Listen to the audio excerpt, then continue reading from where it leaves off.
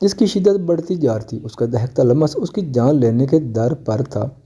وہ اس کے سینے پر ہاتھ رکھے اسے دھکیل رہی تھی، جو اسے خود پر گرائے چند گھنٹے کی دوری کا حساب لیتا اسے بے حال کرتا جا رہا تھا۔ شائستہ کی سانسیں اس کی سانسوں میں الجھنے سے وہ بے حال ہوتی، اس کی قربت کے نشے میں قید ہوتی، سانسیں لینے کو تڑپ اٹھی تھی۔ جبھی تبریز نے اس کی حالت کے پیش نظر خود سے جدا کرتے اسے دیکھا، جو آنکھوں میں موٹے موٹے آنسو لیے روحان سی سرخ چہرے سے اس کے سامنے نظریں چکائے سانسیں کھینچ رہی تھی۔ بہت غلط کرتی ہو خود کے ساتھ، جب پتہ بھی ہوتا کہ ہونا وہی جو میں چاہوں گا تو کیوں مجھ سے دور بھاگنے کے لیے پر تولتی رہتی ہو؟ وہ سرگوشی نما آواز میں بولتا اس کے ملائم رخسار کو انگوٹھے سے سہلاتا بولا، اور جھک کر اپنے تشنہ لبوں سے ان کے نرماہٹ محسوس کی تھی۔ زار، آپ جان نکال دیں گے میری؟ شائستہ روحان سی آواز میں وہ اپنے لبوں پر ہاتھ رکھتی بولی، جہاں شدید جلن کا احساس ہو رہا تھا۔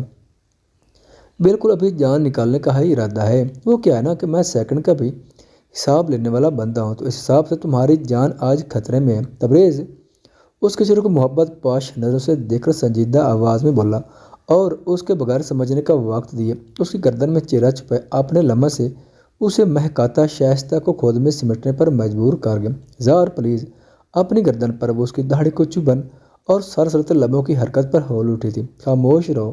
تبریز نے اس کی گردن سے چہرہ نکالے کچھ اس انداز سے کیا کہ شائستہ نے ڈر کر آنکھیں موند لی۔ جبھی وہ ایک بار پھر سے من مانی پر اترتا اسے باہوں میں بھرے بیڈ کی جانب بڑھا۔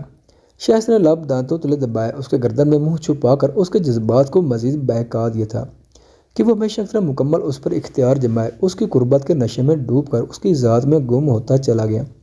وقت تیزی سے گزر رہا تھا، درمیان کی جھجک کافی حد تک کم ہو گئی تھی۔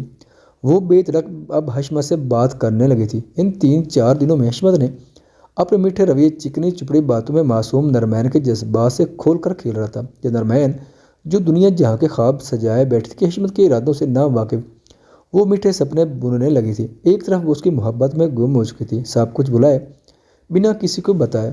بھلے ہی وہ اس کا منگیتر تھا، پر اس نے کسی کو بھی نہیں بتایا تھا کہ وہ اس سے بات کرتی ہے، اور حشمت نے اسے موبائل لے کر دیا ہے، وہ کالج کے باہر اس سے ملتی ہے۔ نرمین نے حشمت کے کہنے پر سب کو بے خبر رکھا ہوا تھا۔ وہ حشمت پر اندھا یقین کرنے لگی تھی۔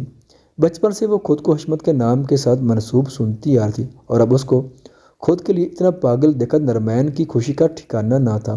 اپنے بچپنے اور محبت کے سرور میں ڈوب کر وہ کسی کو نام بتا کر غلطی کر گئی تھی جو اسے کافی مہنگی پڑنے والی تھی۔ نادانی میں کی غلطیاں اکثر ساری عمر کا روگ بن جایا کرتی ہیں، جو چاہ کر بھی جدا نہیں ہوتی، بلکہ وقت کے ساتھ ساتھ ناسور بن جاتی ہیں۔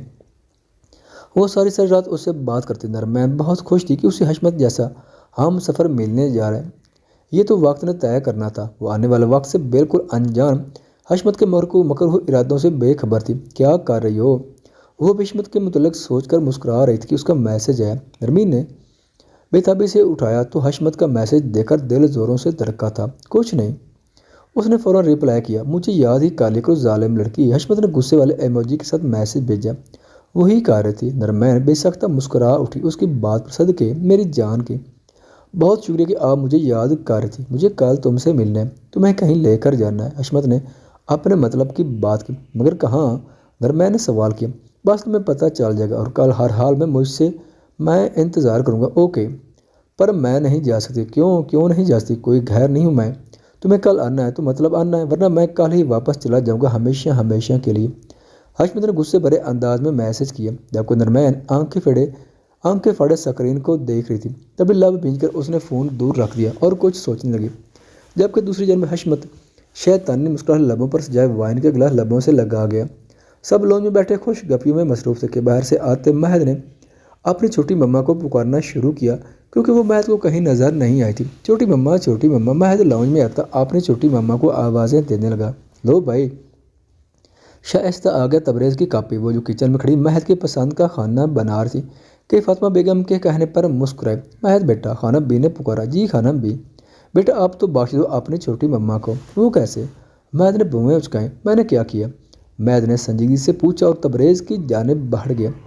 آپ کا چاچو کافی نہیں ہماری بچی کے ہاتھ پاؤں پھلانے کے لیے کہ اب آپ بھی وقتوں میں ڈال رہے ہیں۔ جبکہ مہد نے تبریز کو دیکھا، جس کے چہرے پر دل فریب مسکراہٹ تھی، جسے اسے کوئی فرق ہی نہ پڑا۔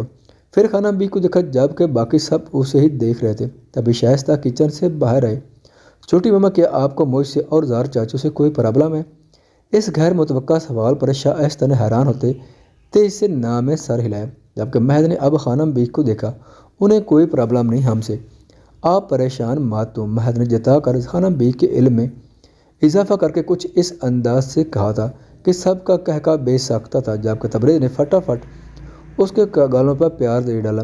ویسے بھی پرابلم ہوگی بھی، کیوں اتنا پیار کرنے والا شوہر اور بیٹا ملا؟ تبریز نے لب دبا کر کہتے شائستہ کو چھپنے پر مجبور کر دیا۔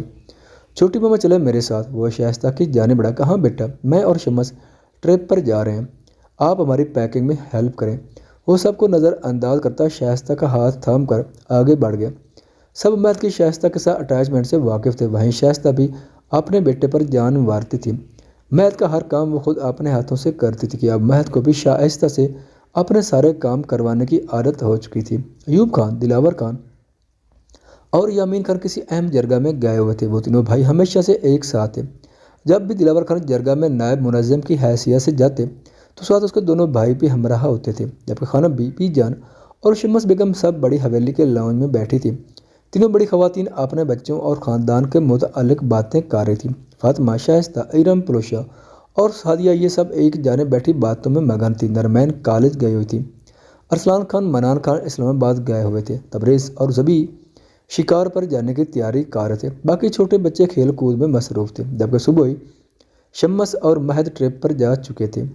زبی اور تبریز اپنے آدمیوں کے ساتھ شکار کے لیے جنگل کی طرف روانہ ہو چکے تھے۔ دونوں کا فیوریٹ مشغلہ تھا کہ وہ ویک اینڈ پر شکار کے لیے ضرور جاتے تھے۔ حشمت کالج سے چھٹی پر نرمین کو اپنے ساتھ لیے فارم ہاؤس آیا تھا، جو کہ نسبتاً جنگل میں ہی واقع تھا۔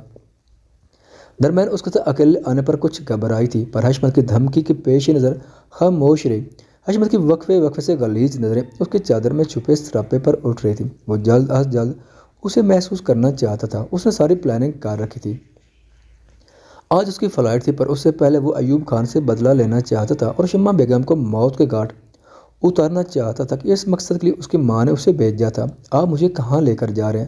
نرمین کی بالآخر جھنجھلاہٹ بھری آواز گونجی۔ فارم ہاؤس، حشمت نے سرسری سا جواب دیا۔ وہاں کیوں؟ کیونکہ میں تم سے باتیں کرنا چاہتا ہوں، اکیلے میں کچھ وقت گزارنا چاہتا ہوں۔ وہ اصل بات کہتے کہتے روک گیا تھا۔ نہیں، آپ پلیز مجھے چھوڑیں واپس، بہت دیر ہو گئی ہے۔ نرمین اس کے انداز پر حلق تار کرتی منت بھرے لہجے میں بولی۔ چھوڑ دوں گا، فکر نہ کرو، حشمت مانی خیزی سے بولا۔ کچھ ہی دیر میں وہ لوگ فارم ہاؤس پہنچ چکے تھے۔ نرمین کے چہرے پر ڈر واضح تھا۔ وہ گاڑی کے اندر ہی بیٹھ رہی جب حشمت نے دروازہ کھول کر جارحانہ انداز میں اسے کھینچا کہ وہ بوکھلا کر آنکھیں پھاڑے اسے دیکھے گئی۔ باہر نکلو، وہ وحشت زدہ چلایا تھا کہ نرمین پھرتی سے باہر نکلی۔ اس کا انداز نرمین کو ٹھٹکنے لگا تھا۔ یہ آپ ایسے کیوں بات کر رہے ہیں؟ نرمین معصومیت سے گویا ہوئے۔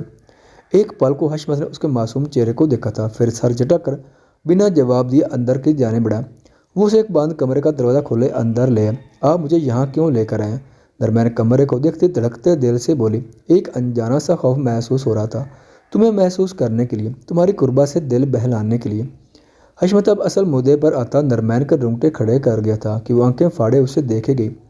اس سے پہلے کہ وہ سوچتی کوئی بچاؤ کرتی، حشمت بدلے کی آگ میں درندہ کی طرح اس پر ٹوٹ پڑا تھا کہ اس کی آہو بقا واسطے منتیں ترلے سب کو وہ رونتا، اس کی ذات کی دھجیاں اڑاتا۔ نرمین کے وجود اس کی روح کو بری طرح مجروح کر چکا تھا کہ بدلے کی آگ میں وہ ہوس پرست اپنی کمینگی کا پرچم بلند کرتا، نرمین کو دھوکے سے بلا کر اس کی عزت پامال کر چکا تھا۔ وہ بری طرح نرمین کو ہوس کا شکار بناتا اس سے دور ہوا تھا، جو نہ جانے کب سے ہوش و خرد سے بیگانہ ہو چکی تھی۔ حشمت ایک نظر اس کے اتموے وجود پر ڈال کر خباثت سے مسکراتا دور ہوا۔ اسے اندازہ تھا کہ اب یہ ضرور نہیں بچے گی، اگر بچ گئی تو موت کو گلے لگا لے گی۔ بدلے کی اوڑ میں ہوس پوری کی تھی، اصل میں یہی اس کا مقصد تھا، پر ساتھ انتقام کا لفظ لگا کر وہ بری طرح نرمین کو تباہ کر چکا تھا۔ وہ بے سدھ پڑی تھی، اس کے رخساروں پر آنسو ہنوز ٹھہرے تھے۔ وہ ایک نظر اسے دیکھ کر باہر نکل گیا۔ عمران، تم لوگ تیار ہو؟ اسپیکر سے حشمت کی آواز گونجی تھی۔ جی صاحب، آپ فکر نہ کریں، ہم مچان میں ہی ہیں، عمران کی آواز گونجی۔ میرے والد محترم کو کچھ نہیں ہونا چاہیے، بس اس عورت کو اڑا دینا، حشمت شفاقی سے بولا۔ ٹھیک ہے صاحب جی، عمران نے تابع داری سے کہا، جبکہ حشمت نے کال بند کر کے اس بند کمرے کو دیکھا جہاں نرمین کی ذات روندی جا چکی تھی۔ تبریز اور زبی اپنی بندوقیں تھامے پھونک پھونک کر قدم رکھتے آگے بڑھ رہے تھے۔